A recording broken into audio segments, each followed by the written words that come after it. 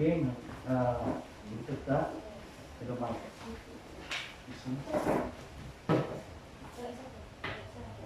Nawa daw po lang search ah. Hello. Hello. Hello. Hello. Hello, Mike. Hello, Mike. Okay. Kana? Hindi na na? Sige. Okay, so let's start. Before we start now, let's bow down our head and pray. Father, let my mouth be your mouth, O God, even as I share Yes, Lord. your word for this evening regarding mission of God. Lord, thank you for using me also to be a mouthpiece of your word. Yes, Lord, may your blessing be upon us as we move on to what we're going to do this evening. If we make all these things to you, God, let's pray. Amen. Amen. Okay, so what I'm going to share with you this evening is my encounter with God. That time I worked as a missionary. This is just a flashback. Okay, so I'll just have it in English because many are asking to record this also, no? Especially that I have my friends expecting this video also to be shown, particularly those friends coming from Kingdom of Saudi Arabia. No? Okay, because this is now my mission. Since I cannot go out to share God's word, I go out through internet this time. No? Okay, so I remember one time, I arrived Manila. I arrived from Manila, reaching Lumbia. So I arrived mga 11 o'clock, 9 o'clock flight from Manila going to Lumbia, Cagayan de Oro. So I was in a hurry to go home to my pod because I'm renting pod that time sa Makabalan. So what was set in my mind before that time is to really spend time with God through prayer and fasting. Because I already started doing my prayer and fasting that time, even at Manila. No? So I did not know. So upon reaching my pod in Makabalan that time, I really set myself, ready na pinakutanan. I already prepared the place because it is expected that when I go home, arrive home that time, the place is already ready for my prayer and fasting. Okay, so what I'm going to share with you tonight is my encounter with God before I go to mission. Okay, so the text is found in Psalm 72, verses 15 to 17a. No? Psalms chapter 72, I cannot really forget this verse because it was already in my heart. No? Psalm 72, verses 15 to 17, and it says, "Long may he live, may gold from Sheba be given to him, may people ever pray for him, and bless him all day long. Let grains abound throughout the land, on the tops of the hills may it sway. Let its spruce flourish like Lebanon, let it thrive like the grass of the field. May his name endure forever, may it continue as long as the sun sets in." Okay. While doing my prayer and fasting, because my mind, my heart, my everything was really settled on prayer and fasting that time. So while praying, doing my devotional, kasi if we're going to go to have our prayer and fasting, it must be a true worship, We have to do our praise and worship, devotional, It's just like having a Sunday worship on your own, but you are doing it alone. I did it alone. So while having this meditation I was so disturbed with while praying. I can really imagine the corn, And I said to myself, "Oh, why is this corn so topsy-turvy?" I could clearly see the corn, yellow corn. Okay, so I reflected, I reflected on the verse, Psalm 72, verse 15 to 17, And later on, I just realized that these verses was referred to me. Long may he live, May gold from Sheba be given him. May people ever pray for him and bless him all day long. So, I was about to end my prayer and fasting that time, I think Dr. Tech Ranlite of GCAP called me up. Chang, punta ka na rito, no? We'll be having our prayer meeting. I also know, no, sabi ko, though I just arrived from Manila and then I'm having my prayer and fasting at this time. Because my phone is keep on ringing, so I answered. No, so Dr. Teso also told me, sige na, come here, kay we're about to start the program. So, and I forget that day pala, it's also my birthday, you know? So, I will spend time with myself and with God that time. So, with this verse in verse 15, no, let grain abound throughout the land. So, yun pala yung mga na the corn I am imagining is already, that is being said, no? The corn being applied, no? Okay. Abound throughout the land of the tops of the hills may sway. So while praying, as I said like, a while ago, I was so disturbed with this yellow corn. No? So upon reaching the place for our fellowship, Dr. Hipuna is already there. No? And I really remember we always keep on praying about Christopher, Perper, no? Hipuna, and Jalik. No? Those are the children of Dr. Hipuna. No? So, we were together at in Bold Tropics Hotel during a conference, and we were together in a room. They adopted me. Dr. Hipuna adopted me to stay in their room together with Perper. So, we talked about Perper, and then I found out that Perper also has the desire to go mission. So, we keep on praying, no? Nasa, nakalista man, no? So, we keep on praying, and I'm so happy that these two little, they are so small that time. I think Purple is second year, and Jaliki is, Nick, no, is, I think, grade 5 at that time, but they already have the desire, no? So, upon reaching the fellowship, I cannot say no because they are my friends and they are also my supporter, no? So, that time pala is already a call for me to go to mission. So since it's my birthday, of course, they also prepared something simple food, no? Sponsored by Dr. Velasco, no? Dr. Te, Dr. Lino, mostly doctors of GCAP because they are my prayer partner. So while I'm about to go out, to go home, because I really wanted to sleep early because imagine traveling from Mandaluyong to Naiya. You cannot probably imagine that, no? Along EDSA, so it's really very traffic. So I woke up early just to catch up my 9 o'clock flight. Okay, so I told them, so I have to go. So I also have a friend missionary who is Academy Sevilla. I have to mention it because they are also watching this video, no?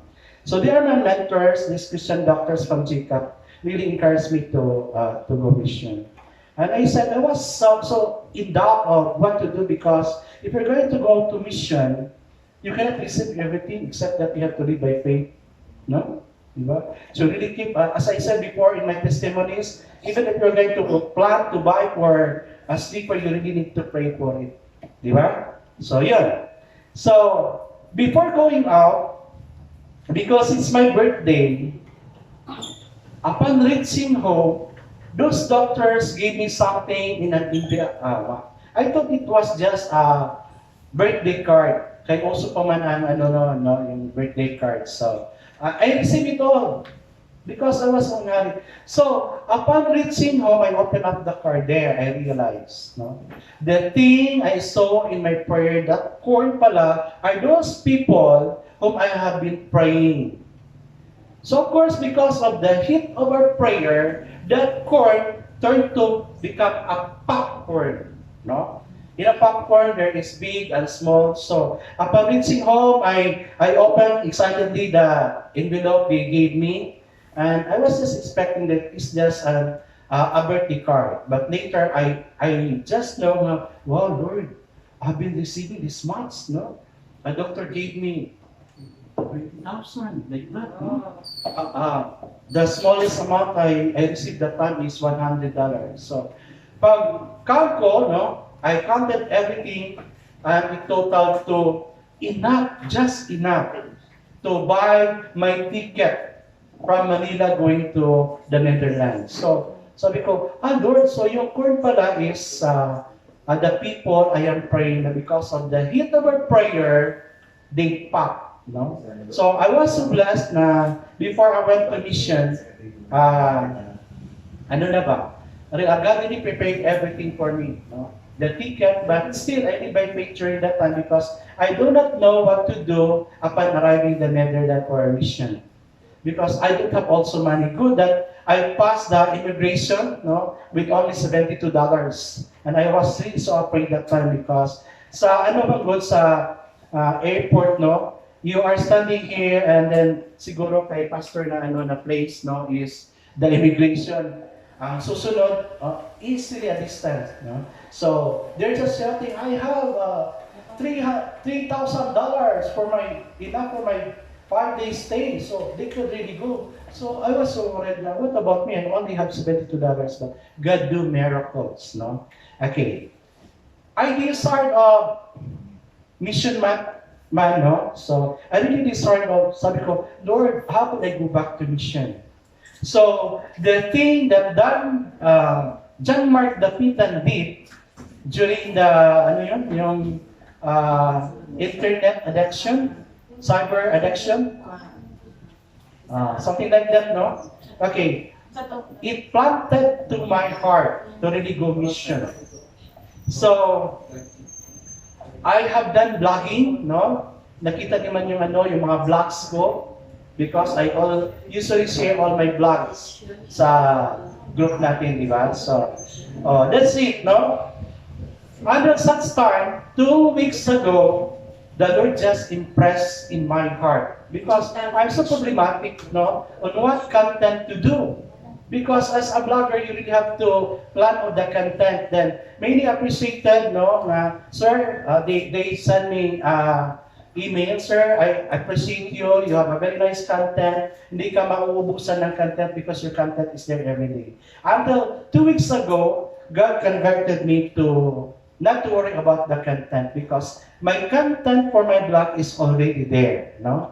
That's why if you notice, I usually record everything, then send it to you. But just last Monday, I refer my concern to a pastor of Victory Christian Church assigned in Kingdom of Saudi Arabia. Sabi ko, Pastor, what will I do? Would I go editing my blog or I'll just go direct through live streaming? And then he said, but I was already ready for my blog for that following day. But many times, as you notice, there are kapalpakan of my blog. Instead of having it at 5:30, it will be shown immediately 8:30 in the evening. So, wala na. Hindi na siya, it does not fit to the specific time. So, I think such that the pastor had to make mention of that inside, that if you're listening, because I know you'll be looking at this video, no? Shout out to you. So, that's it, no? I was encouraged to just go on live. So, starting last Monday, nag-ano ko, no? I really have it live. Then I noticed during my live streaming, somebody is watching. So I don't entertain them because sa vlogging kasi, iba yung yung you have to entertain who is in your channel, no? You really have to shout up to them kung sino yung nasa channel mo. But that time, because I told them, it is specifically for devotional, then I will not make shout out to you. So, since last Monday, I have it in my heart na when 2 or 3 are gathered, in the midst, I will have to go on with my blog. And then later on, simply na, LS naman yun, na-process na, no? And then it will be fed to YouTube. I just noticed that there are those people coming from different countries of the world. No? I have my regular attendees sa blogging ko, devotional. I always plug this to mga live streaming sa mga fellow YouTuber, no. Now, please invite them. Please watch my devotional 5:30. It's not it will not exceed more than 50 minutes. So that's the assurance I gave them, no. So I just notice that there are those coming from Canada, Kingdom of Saudi Arabia, no, New Zealand, different parts of the world. Sabi ko sa sarili ko, oh Lord, I'm going mission, no? Reaching out people to the different parts of the world, no? May mga estudyante din ako nag-aabang na talaga sa sa vlog ko every, and I'm so happy. I said to God, Lord, I'm so happy with what I'm doing because I learned how to evangelize using internet. No? Just last Tuesday, Monday again, I have my schedule of a four schedule of live streaming, the devotional that is 15 minutes, and then I have my class from 8 to 10 with my senior high school students. No, before I start, I share God's word sa kanila kasi planting, no, planting. And then later on, after my class, I would tell them, okay, I would like to invite you for my devotional every 5:30 in the morning. So, these students are already, nag-aabang na talaga for that time. Even my students in college, I even keep on laughing yesterday because these students, although I cannot see them personally, but yet I always see them sa channel ko, no? Then, they are already my friend, no? May isang estudyante na sabi niya, sir, we already created, natawa ako sa niyo ba? We already created, fans club, no? We name it Rich Natics Fans Club. So I keep on laughing ba? So I just let them go of it, no? Kasi that would add to, in my advantage sa WS ko. So that time, as I see the 4SL, there are those two students, and one coming from somewhere in KSA, and one from New Zealand, attended the yung style ko lang, papashow ko lang ganyan sa sa yung 4SL, no? And I was so happy that those 4 persons really received Christ. So because I'm not sure of what they did, I refer them again back to my first blog, no?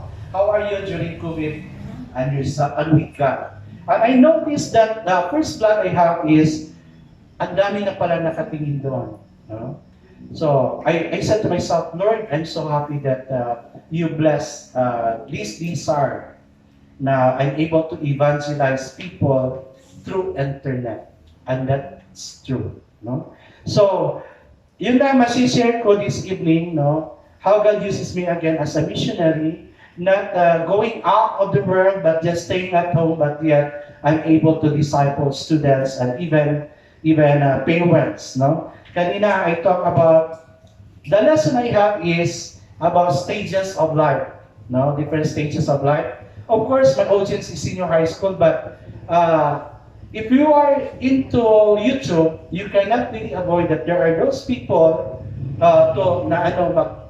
ligligyot, no? So they are just there, and I just said, okay, parents, I know you are parents, just listen to my discussion, and they also participated with my discussion.